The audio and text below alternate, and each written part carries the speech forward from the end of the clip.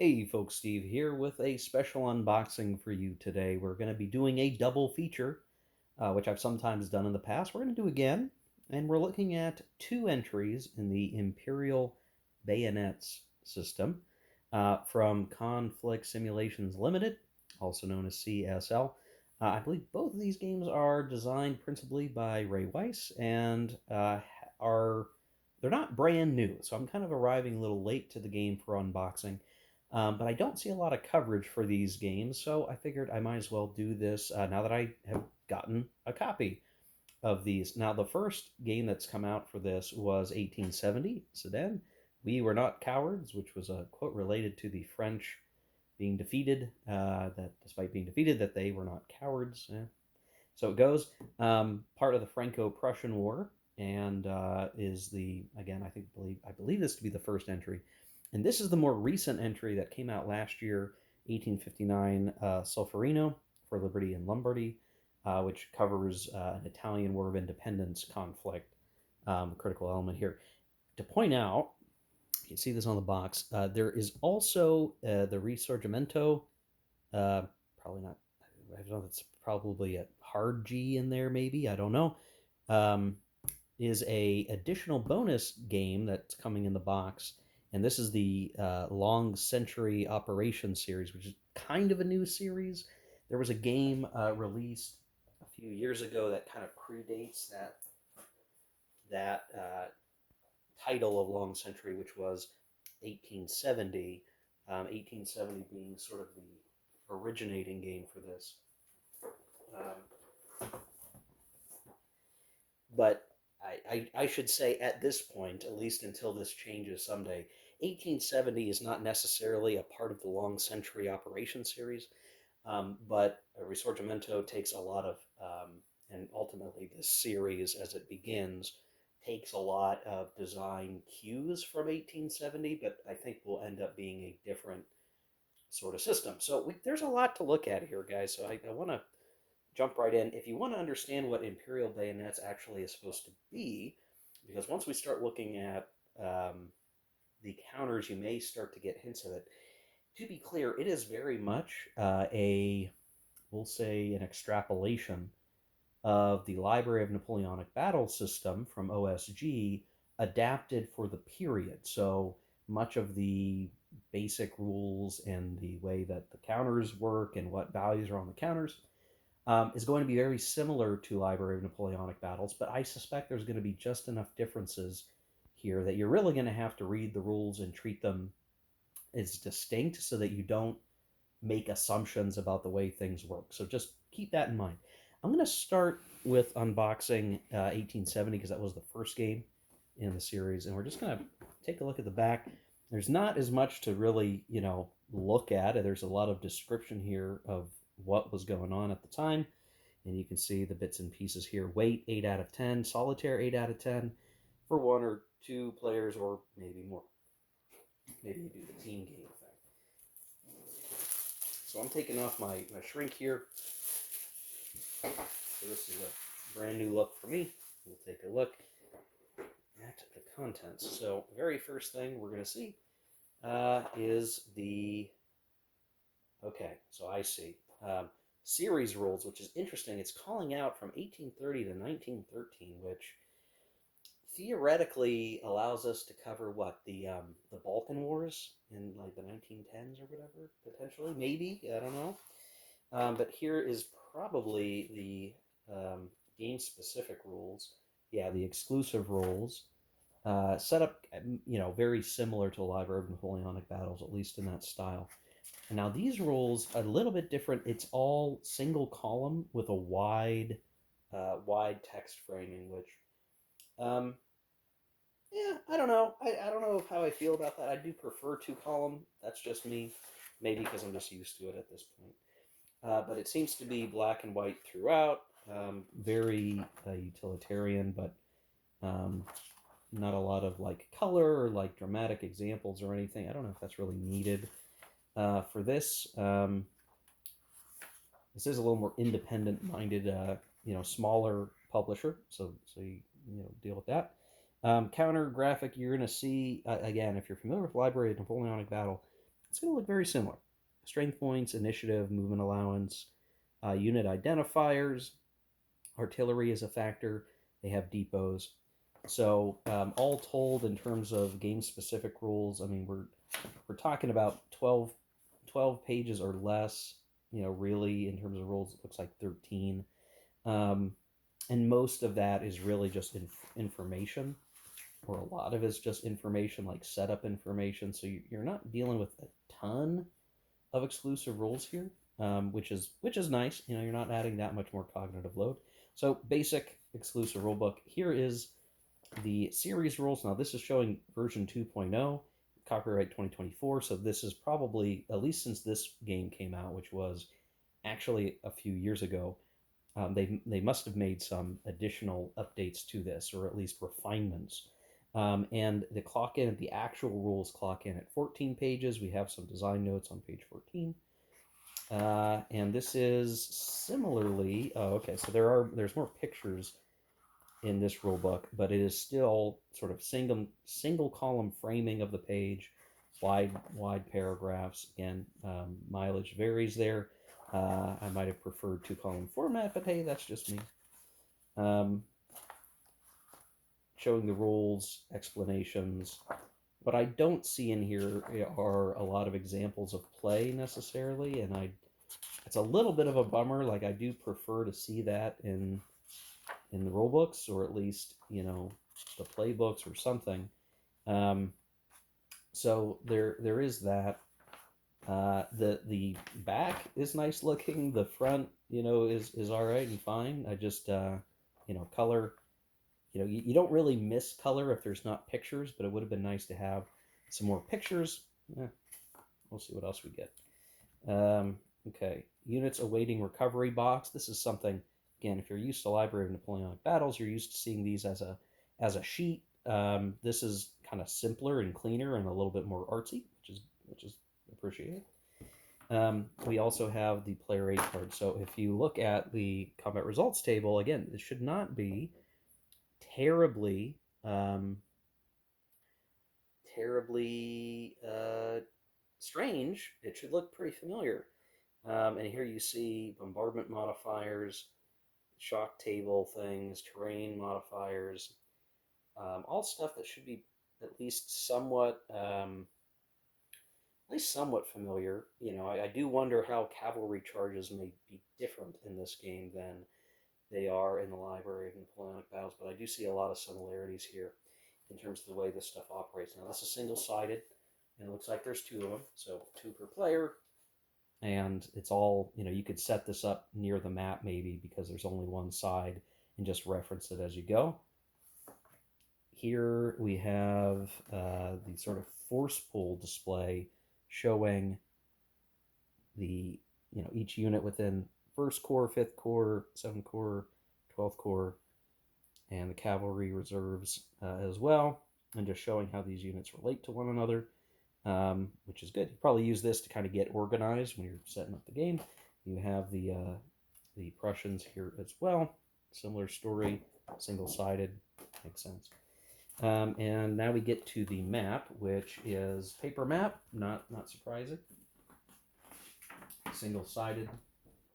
This is standard paper map size, so 22, whatever that is, 22 by 34, let's say.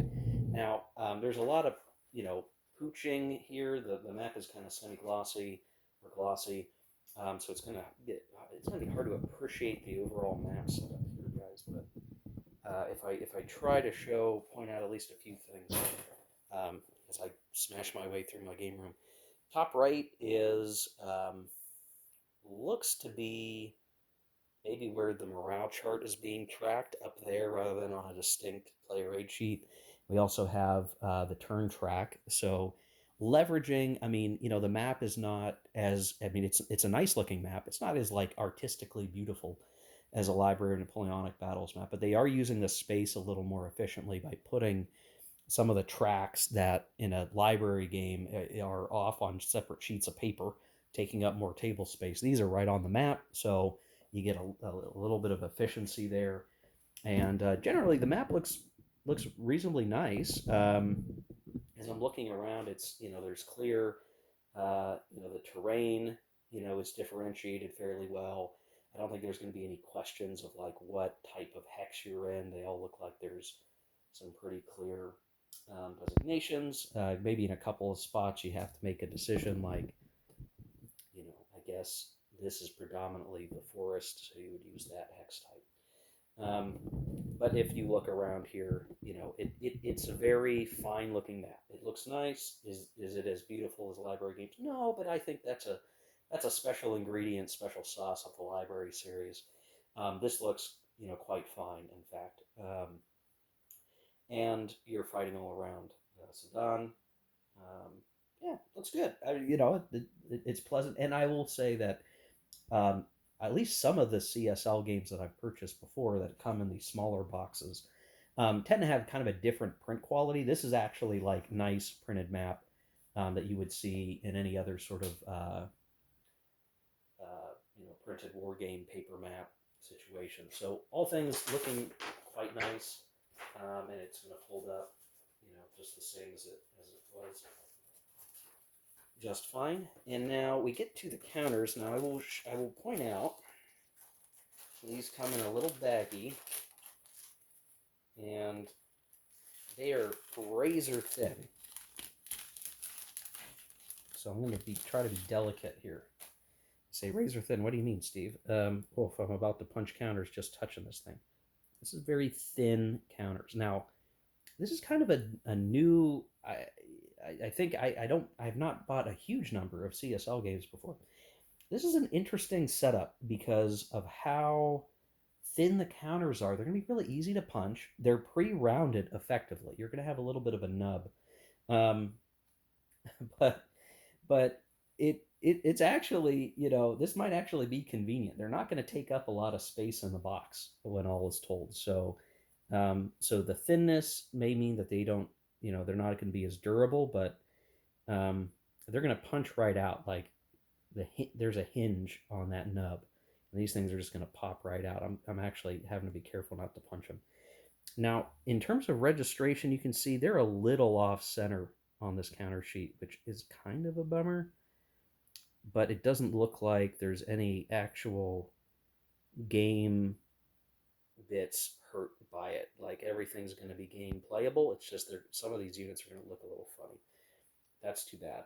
I'm going to go through each counter sheet here to make sure I can get a good look and that there's no game related issues. Yeah, so a little off center on some of these, but nothing it looks like is actually game impacting. Even on the reverse side, things seem fine from that perspective. And here are the Prussians and their allies, I guess I should say. Can't leave out everybody else. Again, maybe a close cut on some of them, but nothing that looks like it's game breaking. So that's good.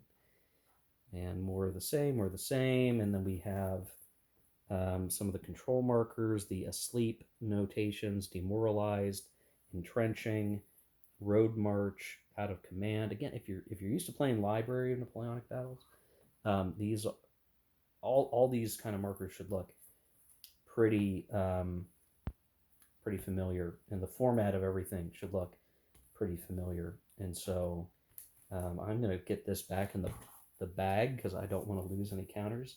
I have to say, like, with as thin as those counters are, I actually don't mind that. Like, I could certainly, have some concern about, oh, well, what if they're not as durable?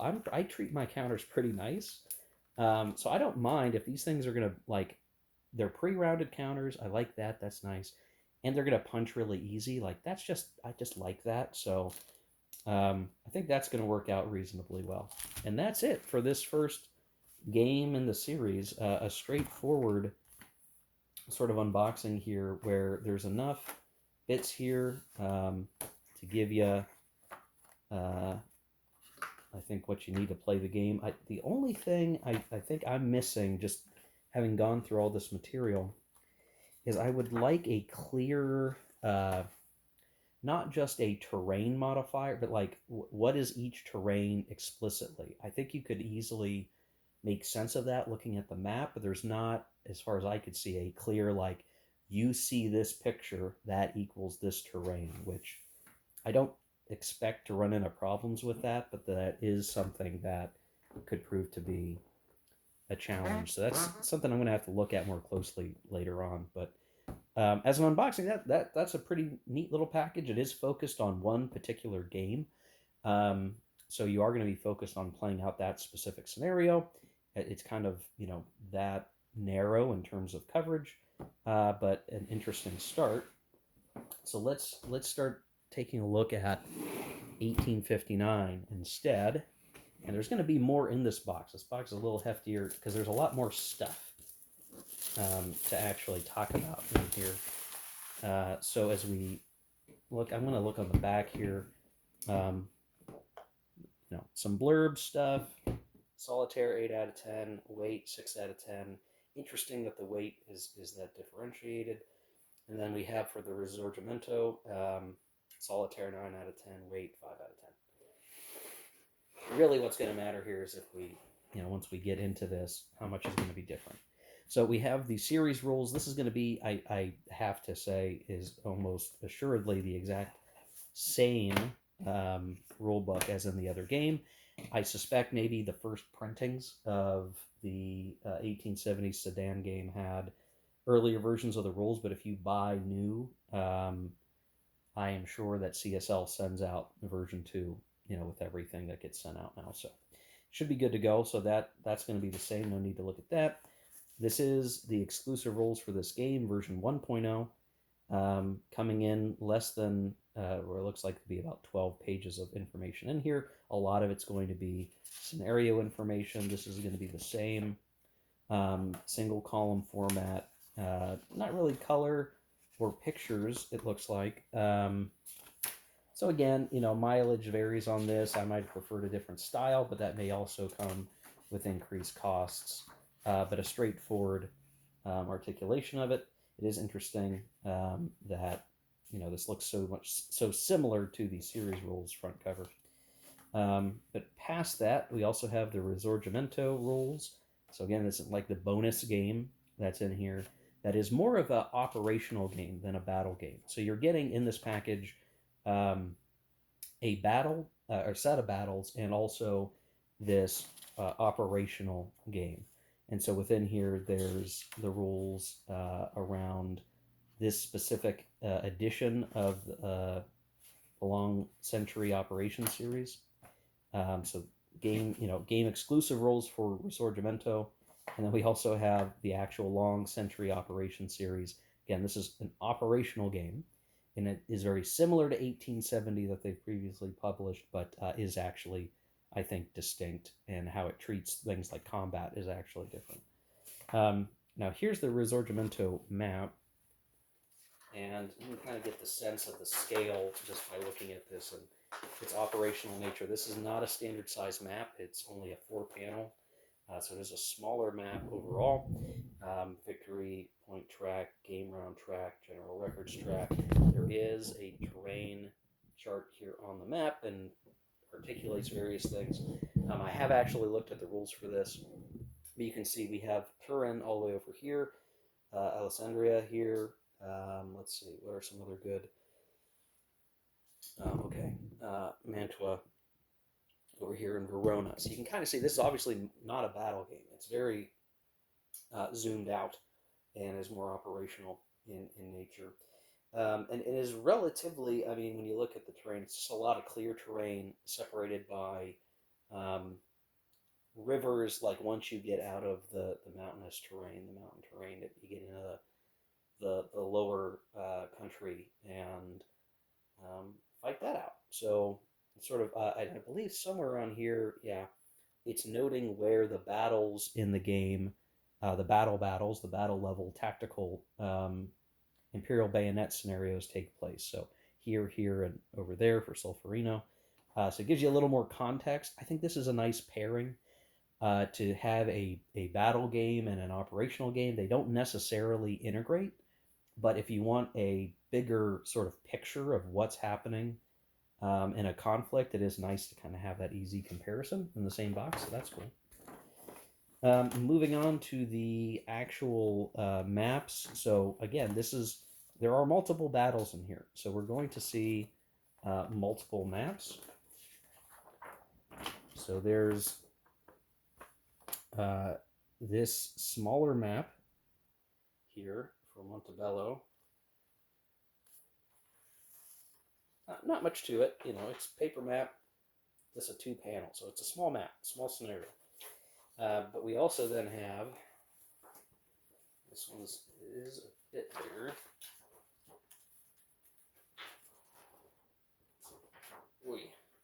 This is a standard size map. This is going to be hard to get everything on map here, but let's see, I don't think this, Castillon. Castillon. Another map, standard map size. This is the same kind of art quality and uses the same map art as the 1870 game. So the terrain key and indication should be cross compatible pretty clearly. But this particular battle is a whole map, so and nice big hexes too. So while this game system is based off library, the maps and counters and everything are all a little bit bigger. So I don't know if you're hard of seeing, this might not be as much of an issue. And then finally, this last map, not as big. It's a 4-panel, but you see that here off near some riverscape. I'm not super familiar with all these battles, guys. I can't speak to it. So for me, this is a learning opportunity for these particular battles that I'm not very familiar with from this war in 1859. Now, okay. So here we do have the player aid card, which is going to be, if you really were to analyze it, I would suspect it's pretty much the same across the games. This one does have a terrain effects chart that clearly shows the terrain involved. So that is nice. So, I guess for me, having both games, I would want to double check this, but I imagine you could probably use the same player aid across both boxes of games here. Here is your units awaiting recovery, morale, game turn track, morale track. Again, efficient use of these things, where maybe in a library game you just have lots of sheets of paper. We're trying to put as much in one place as possible. So that's one for Solferino. The magenta battle, same deal. Montebello, same deal. Single-sided for all of these. And then we have some additional player aid card for the Risorgimento game and how the combat systems work and various things that matter for that system. And then, likewise, we do get a die in this box. That's fun. Same thing. I'm going to go through these counter sheets reasonably quickly and carefully. But same story here. There's a little bit of an offset. It looks like the die cut is just, I don't know, a fraction of an inch off, but nothing that appears to be game impacting, which is good. We'll go through and double check. Now I imagine if you receive this game and there's any sort of issue, I would have to suspect CSL would help get you what you need to be on your way and fix it up. But all of what I'm seeing right now appears to be in pretty good shape. So while it is a little offset, and that's a little bit of a bummer, I don't see anything game-breaking, and I have certainly played games with worse alignment. So as I'm going through here, more of these administrative counters, not seeing any major issues here, which is good. And then there's going to be some specific counter sheets for Risorgimento, which are here. Very different game. You're using strength points a lot. It's obviously a much higher, larger scale, right? Operational. You're not dealing with as much. You do have these sort of like core containers for units, and then they have strength points, in the particular unit that is present. Yeah, so all those look fine and good, and I think we could call that the unboxing for this. Same style here, guys. Really, really thin counters. Um, I imagine if you're not cruel to your games, they're gonna last a while.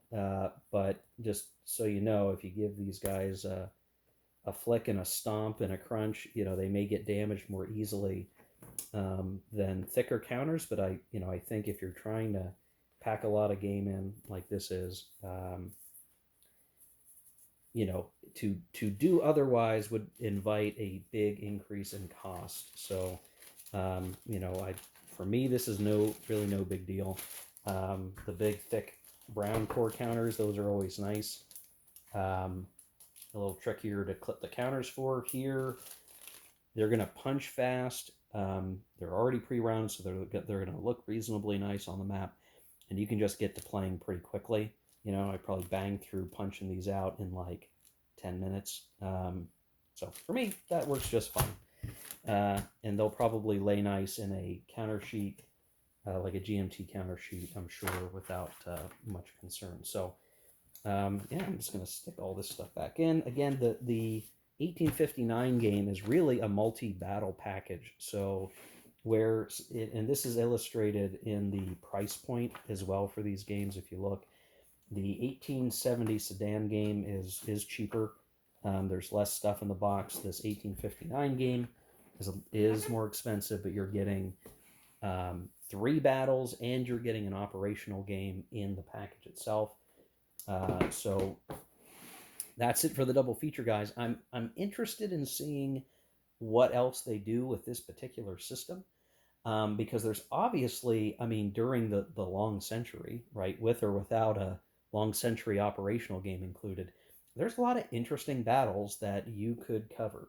There's battles from the Austro-Prussian War. There's other things to convey from the Franco-Prussian War. You have the multiple wars of Italian independence.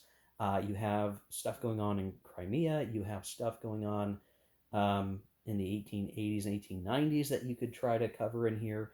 And again, you could even, I guess, go out to the Balkan War, though I wonder at the very tail end of the 1900 through 1913 if the system might start to crack a little bit. I don't know. You have to see how this stuff all comes together, but an interesting sort of interesting start to a series. We'll see what they do with it.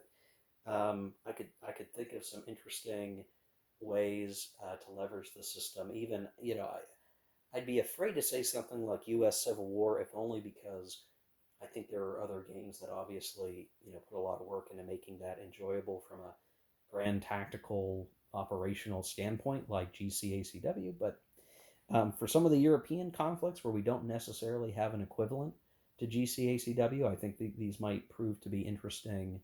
Um, this is an interesting opportunity. So check this out, Imperial Bayonets from CSL. That's it for the unboxing. Hope this gives you a good idea of what's in the package. That yes, the counters are a little bit different than maybe we're used to, but there are some inherent advantages in the format, maybe disadvantages in durability, but that remains to be seen. So take a look. If you're interested in the game, then this gives you a really good idea, I hope, of what you're going to get in the box. Anyway, that's it for this one, guys. Hope you enjoyed the video. Take care, keep gaming. We'll see you in the next one.